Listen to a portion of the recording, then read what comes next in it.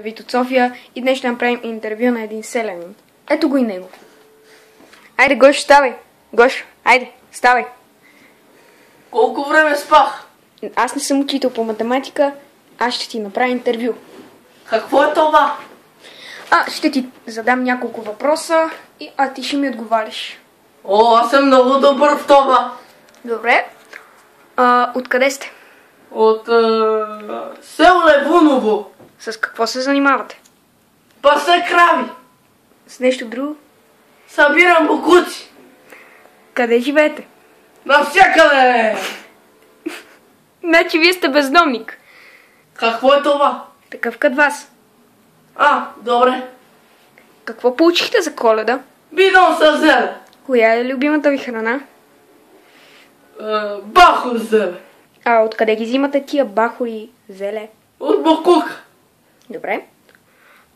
Това мляко продавате ли го за пари и после да си купите храна? Нормална. Не, пия мляко. Добре. С какво друго се прехранвате? С събираме бокуци. Ядете бокуци. С какво друго се Не, прехранвате? продавам бокуци. Не, с какво друго се прехранвате? Каква друга храна ядете?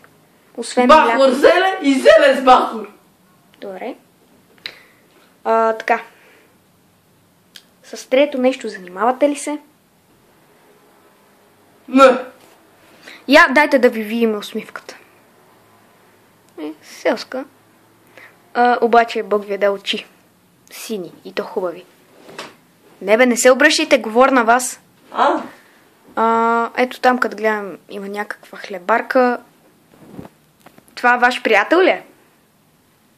То не го познавам. Аз ги познам, ти отсреща хлебарките. Добре.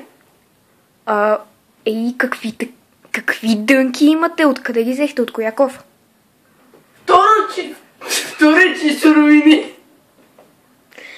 И жена нещо имате ли? Не, много е скъпо. Добре. Аз бях Давид от София. Това беше... Как ви беше името? Бай Гошо. Добре, това беше Бай Гошо. Довиждане.